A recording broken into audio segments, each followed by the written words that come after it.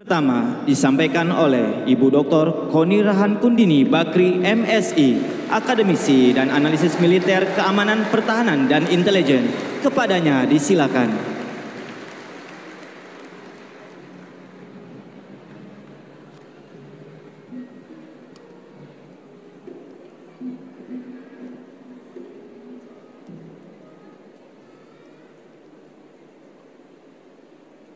Assalamualaikum warahmatullahi wabarakatuh.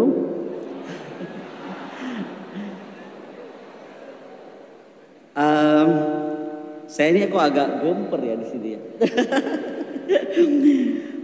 Assalamualaikum, salam sejahtera, dan mari hari ini bersama kita mulai dengan doa menyambut kebaikan dan kebijaksanaan untuk memulai tahun baru Islam 1445 Hijriah. Baruka ata Adoni Elohinu melech haolam. Blessed are you, Lord, God, King of the universe. Yang terhormat Syekh Panji Gumilang bersama jajaran petinggi, pemikir, pengajar, semua murid pesantren Al-Zaitun, dan hadirin tokoh sekalian yang dimuliakan Allah. Sebelum memulai sambutan peringatan satu syuro bertemakan toleransi, perdamaian, persatuan untuk menuju kebangkitan Blue Economy Indonesia Raya ini, izinkan saya menyatakan bahwa kehadiran sekalian adalah untuk menjalankan tugas kami sebagai guru dan pendidik. Bersama saya hadir Dr. Siddhartha Tahmutar, dosen Sekolah Tinggi Ilmu Kepolisian PT IKA, Dr. Ade Muhammad, dosen Universitas Pertahanan, yang telah diberi kesempatan emas untuk melihat dan menyaksikan dengan bangga galangan kapal serta seluruh perangkat terwujudnya ekonomi biru, ekonomi semi biru yang diwujudkan dalam bentuk kerja nyata, bukan sekedar kata dan wacana, oleh Al-Zaitun dengan segala kemandirian dan keberdikariannya. Mazel tov, Syekh. Bersama saya juga saya didampingi oleh Habib Dula Al-Kaf. Beliau adalah pendamping dari guru saya Abah Lutfi dari Pekalongan, yang kebetulan tidak bisa hadir pastinya karena juga ada acara di sana. Silakan berdiri, Pak Habib. Latar belakang saya yang dibesarkan dalam keluarga dengan percampuran agama yang begitu damai, dengan dasar pendidikan yang saya alami di masa kecil saya di Sekolah Dasar Jenderal Mustopo di Bandung.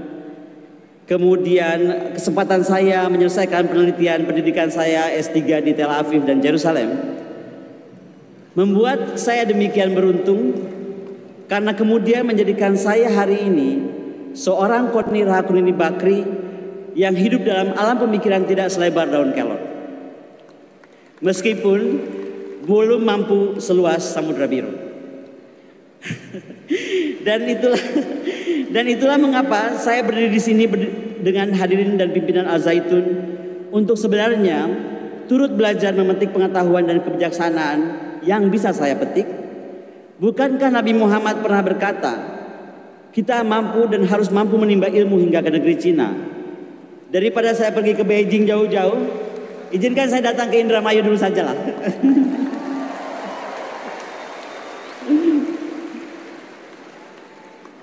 Abad pertengahan Eropa yang disusul dengan kejatuhan Emporium Romawi pada 1330 mengawali era kegelapan Eropa, dan ini adalah era di mana tumbuh berkembang gerakan anti ilmu pengetahuan.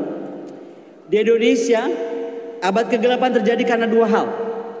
Ketika era kolonialisme dan kemudian kita memasuki era baru, era sok pintar, sok paling tahu, dan sok paling benar di tengah-tengah abad smartphone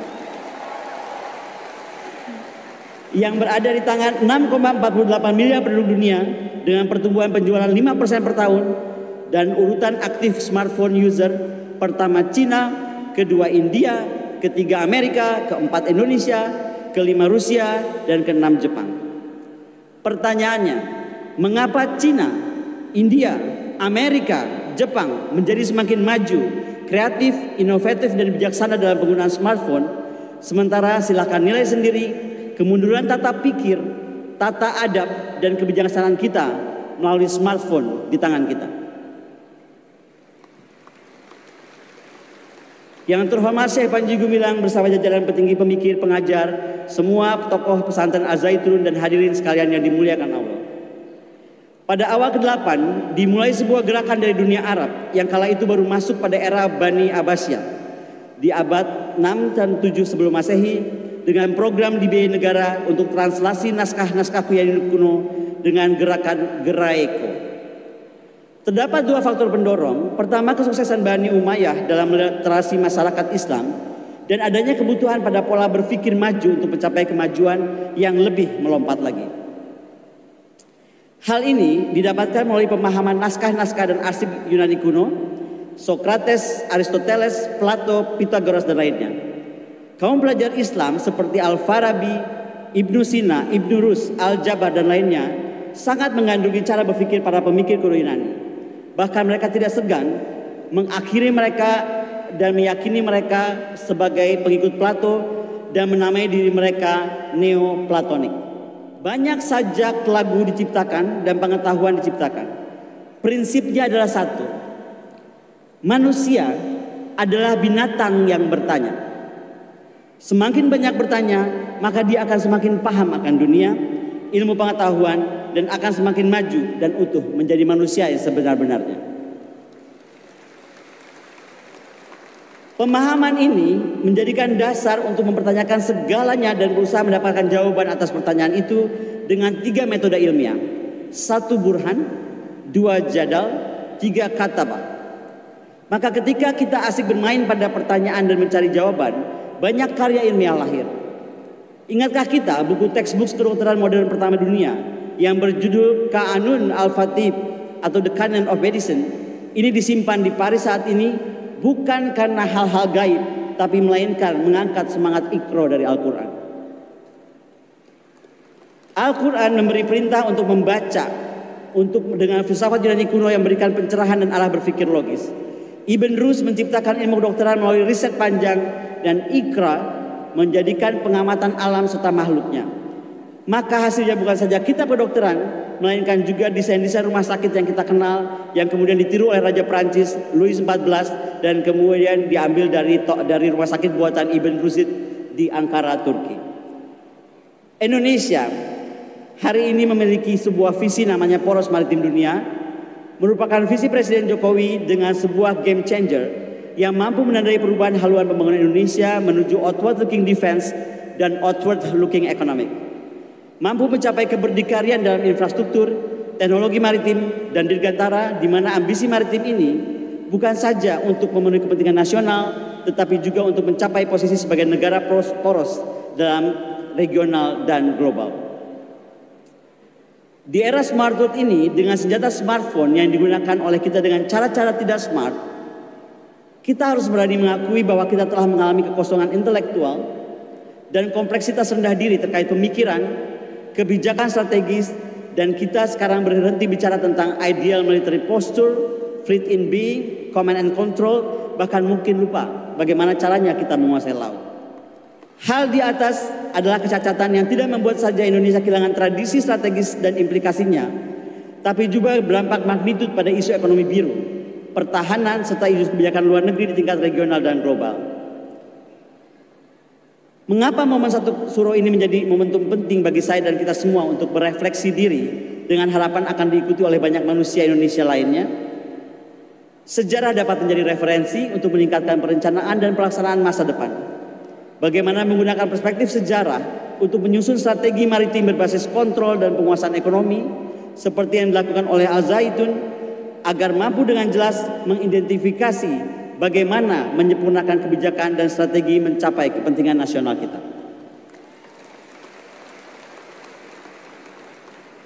Leluhur kita memiliki visi maritim yang tegas dan konsisten, memiliki strategi perang laut dan komit dalam mewujudkan kemampuan command of the sea. Rainha de Jepara, Ratu Kalinyamat, adalah musuh yang dihormati Portugis karena armada perangnya dan pemerintahannya mampu mendukung industri galangan kapal. Dengan satu, menyediakan analisis tentang tren ekonomi, jalur perdagangan, kemudian memfasilitasi kontrak dengan aktor ekonomi dagang, mengembangkan industri biru dengan analisa informasi, dan menyesuaikan persyaratan-persyaratan yang diperlukan. Kejayaan kerajaan Gowa yang berlangsung dari zaman Raja Gowa Karaeng Tumaparasi Kalona hingga zaman Raja Gowa Sultan Hasanuddin di tahun 1669 selama 149 tahun. Kemudian di puncak kejayaannya ditopang oleh sebuah kebudayaan besar maritim. Di dalamnya ditemukan filsafat maritim, tradisi maritim, nyanyian laut, undang-undang kelautan, mitologi kelautan, astronomi, astrologi, seni, arsitektur, benteng, dan seterusnya. Kemudian Perang Makassar dicatat sebagai perang laut terbesar dalam sejarah CVOC, di mana kemudian ditandatangani perjanjian Bungaya yang isinya antara lain orang Bajo bukan lagi rakyat Goa tapi menjadi anggota VOC. Raja Goa harus memerintahkan rakyatnya pindah dari pesisir ke pedalaman. Raja Goa harus melarang rakyatnya mencari nafkah di laut. Rakyat Goa hanya boleh berlayar ke daerah yang diizinkan oleh VOC. Tonase kapal harus diturunkan, tidak boleh melampaui 50 ton.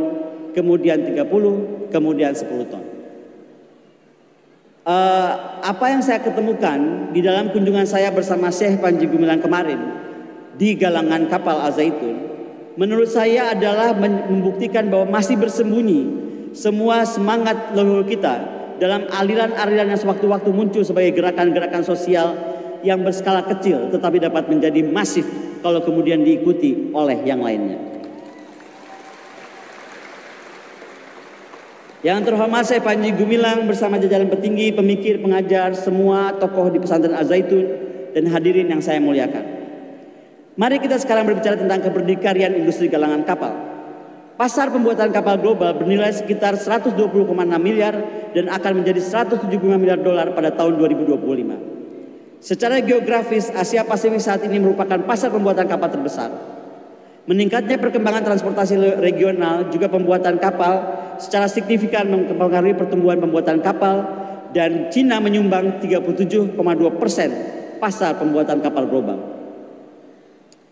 Diikuti oleh Jepang, Tsuneshi Shipbuilding, kemudian Fincantieri, Italia, Semcorp CIC dan CSC Cina, kemudian United Shipbuilding Corporation Rusia, kemudian GSC Rusia, dan yang terakhir menurut saya Al-Zaitun hadir dengan langkah kecil tetapi pasti dan mampu mewujudkan Indonesia Raya dengan kekuatan sebagaimana Jepang, Cina, Italia, Rusia, dan seterusnya. Tugas kita semua hari ini jauh lebih ringan. Tidak harus berperang memimpin armada laut menghadapi musuh di samudera seperti leluhur-leluhur mulia kita, dan untuk melawan persepsi dan pengkerdilan bangsa maritim.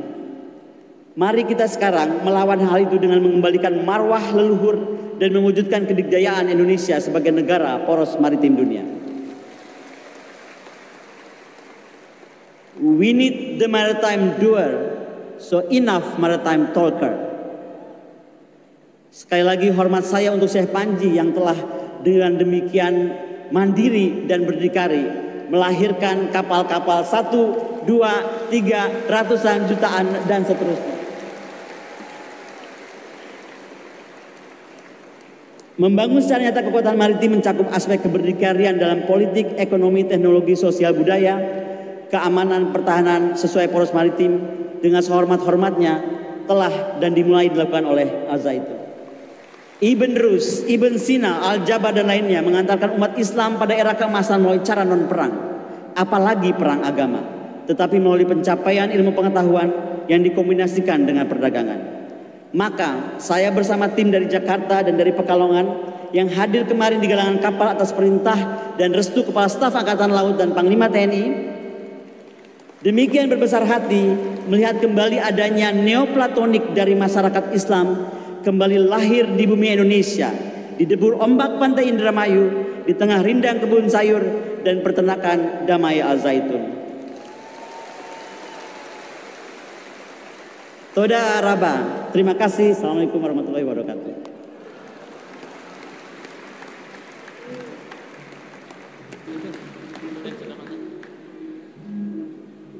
Selanjutnya, pemberian cenderamata dari Ibu Dr. Koni Rahakundini Bakri MSI kepada Yang Amat Berhormat Syekh Az-Zaitun.